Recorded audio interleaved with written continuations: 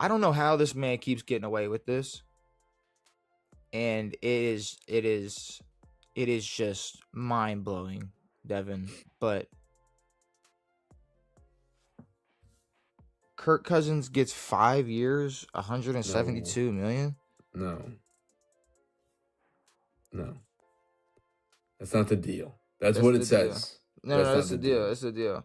Okay, No, the hold deal on. is not, hey, Kirk, 5 years. Okay. What is it? What is it gonna be? What is it gonna be? They're not gonna buy into his $80 million whatever, so he's gonna end up with $90 million instead, or Well, I think the whatever it's deal gonna is be. essentially a 1 year, $20 million contract. I think that's what it said.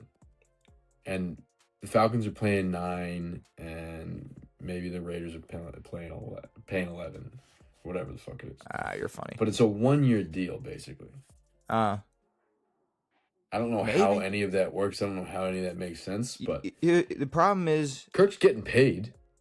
No. It's the problem is it could be a 1 year deal for now. That could be the idea for right now, right this moment, this very second when he inked that deal. We're not gonna have to pay him this much. We're not even gonna have to pay him a fraction of this, right? We'll be all right. You know why? Because we're gonna have Mendoza. Mendoza's gonna come in and steal the show. And something very telling just happened. Oh yeah. Are we on the same page? I think so. I think this is literally. I think you're about to say what this whole point of this conversation is. Probably not. What, with Mendoza or who? Go ahead. What's very telling?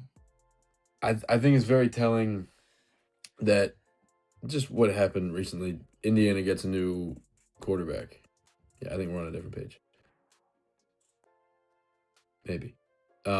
Indiana gets TCU's quarterback. TCU's head coach comes out and starts shitting on their old quarterback. They're like, he played 31 games and had 42 interceptions, or turnovers or whatever. Mm-hmm. And then Cignetti goes, well, his head coach is talking shit, but he just met his two best friends, a good defense and a good run game. And I think it's telling for Mendoza that he was not the reason that team was who they were. I don't think Mendoza will be very good as an NFL quarterback. So I think they're making a business decision by keeping Kirk out there. Maybe they start the season with him, maybe not. Maybe they trade the pick, maybe not. But it's smart to get a veteran guy in there who can sling the ball a little bit. But also, what the Raiders don't have is, well, they do have a better defense, and they might be able to develop a good run game. But I don't know. I don't know. That's way off from what your point was, but I mean, close. The point I bring this whole thing up is because Clint Kubiak came out and said the perfect scenario is to have Mendoza sitting and learning from Kirk to start the season. So that's not a perfect scenario. Clint's wrong there. That's the scenario that they will choose, but it's not perfect. I mean, that's his perfect scenario. And my problem is, I don't know. My thing is, I've always been against this. Yeah.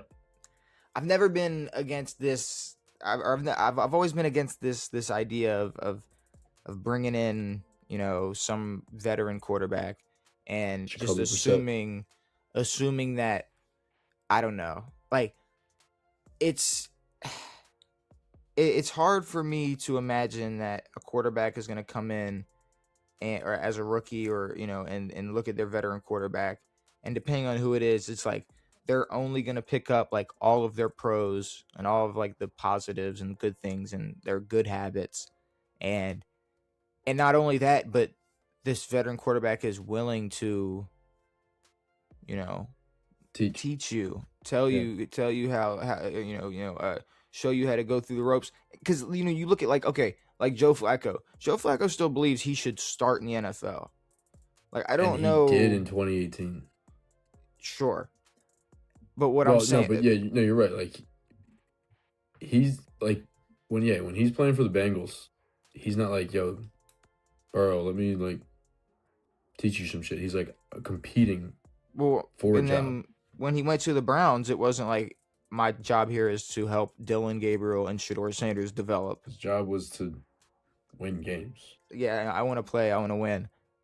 Who's to say Kirk isn't gonna be the same exact way? I don't know how much Kirk was helping Michael Penix in Atlanta. I don't I know. doubt he was. I mean, at that point in Atlanta, it was Kirk's team.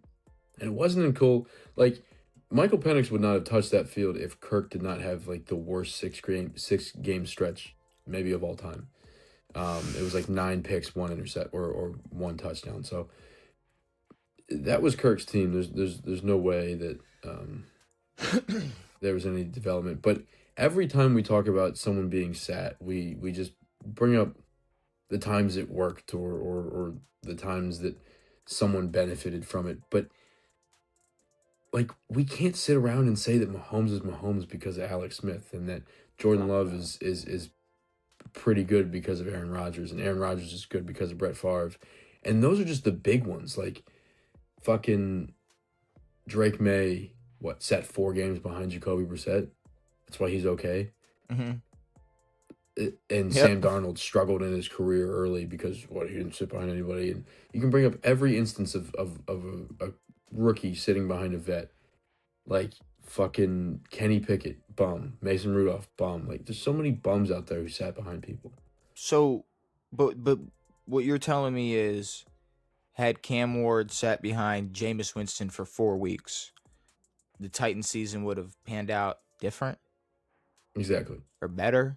Or Like, Cam Ward would have... But at the same time, like, how many fucking quarterbacks sat behind Peyton Manning? And how many of their names do we know? Well, but there's a difference in that, though. There's a difference between that and, like... Sure, like, those are meant to be backup quarterbacks. I get it. But Mendoza sitting 4 games, it's more of just it's time. He gets to go through 4 weeks of practice and not play and not get embarrassed. But in these worst case scenario situations where you are literally the first pick in the draft, that's how bad you are. You're bringing in Mendoza, throw him in the fucking fire and get these reps in. This season means nothing. Just throw him in the fire, see what he can do. Why have him go behind Kirk Cousins and potentially see what happens? Because here's the thing: what if they go 3-1? We're gonna pull Kirk Cousins, and Kirk looks great. They're gonna pull Kirk Cousins. No, what if they go? Okay, they go 0-4. Mendoza's gonna come save the day. He has an excuse. I think either way, like, they'll probably play poorly, and then Mendoza will get the excuse. Like, they're not good. What if they're 2-3 and Kirk looks all right? And then Mendoza comes in and starts losing. But do you even put in Mendoza? I'm saying, like, when's the transition point? When do you even do this? What does it take? Going 0-5? That's my problem, and I 100% agree with you. Like, we're not sitting here and saying we believe Kirk should start the season because we think he can perform. We're saying it's inevitable that he will be pulled for Mendoza regardless of play. So you're setting in stone that Kirk does not have a stable job. He has no incentive to play well. Even if he does play well, he's still getting benched. Mm-hmm. And it would be an ultimate FU if he does play well. But I don't like Kirk. We know who Kirk is, especially at this point in his career. Like, just because he's a frickin' non-cursing gosh darn it type of guy, that doesn't mean he's like, I'm welcoming this opportunity and I can't wait to help Mendoza take my job, and I don't want to play on Sundays. I just want to watch. Like, I can't buy that. There's no way. No. And if you are, why are you getting that much money? He was pissed when he wasn't playing for the Falcons. He wanted to be there. Yeah. Because guess what? I had the thought, like, I still thought that keeping him in there could have been better than Penix. I didn't think it was the right time to throw Penix in there. After Kirk has had the 6 worst games of his career, you just up and throw Penix in with like 4 games left and see what the fuck he can do. Well, yeah, I mean, I don't know. It doesn't, because at that point, you're just letting your rookie quarterback play to get experience. Otherwise, but on the other hand, you got 10 other guys on that field who still want to like try to win games, maybe, Exactly. and they're not in the mood to just sit here and have these trial run quarterbacks and just waste time getting their feet wet. I just Yeah. don't think that's. I don't So think if most players are even going to be into that. if you're gonna waste your first round pick on Fernando Mendoza, fucking play him. Yeah, That's it. pretty simple. And I'm gonna be Um, honest. Like, I don't know who else they could benefit from in this draft, but they have a lot of trade opportunity with this draft pick. I don't think they're trading the first pick away. I know. I'm just saying though. Nah, They they're got a lot of opportunity with this draft pick. they're not. They're not trading that first pick away. Because then for what and for who and to who? I mean, I don't even. I don't. I have no clue where they would go with that. Well, I think it's going to be similar to what happened last year, where we're talking about the wrong guys. Last year we were talking about Travis Hunter and Shador Sanders all fucking year, all draft lead up. Where are they going? Where are they going? Not even close to the best fucking guys in that draft. Man, we're just talking about Travis Hunter was second overall, We're just talking about Jeremiah Love, which is fine. which is better. Mm. But there's going to be so many guys in this draft who are going to be like, oh, that would have been a cool first overall pick, or that would have been a cool first overall pick, or whatever. But instead, like, who the fuck talked about Cam Ward this year? We talked about Cam Ward and Shador all year. Yeah. Fuck Cam Ward. Because I'm trying to see. I know Sitting around talking about Jackson Dart. I saw one hell of a Scatabo. Because obviously, we're more college football casuals. I Big saw. time. Oh man, I saw old boy from Louisville. This receiver from Louisville. I wish I remember his name, but he's about 6'2". Like, he's fast, but he's physical. Like he's like projected like second round. Love Baltimore to maybe try to get their hands on him. Wait a second. Is he 5'9"? No, I just said he's 6'2". He's 6'2".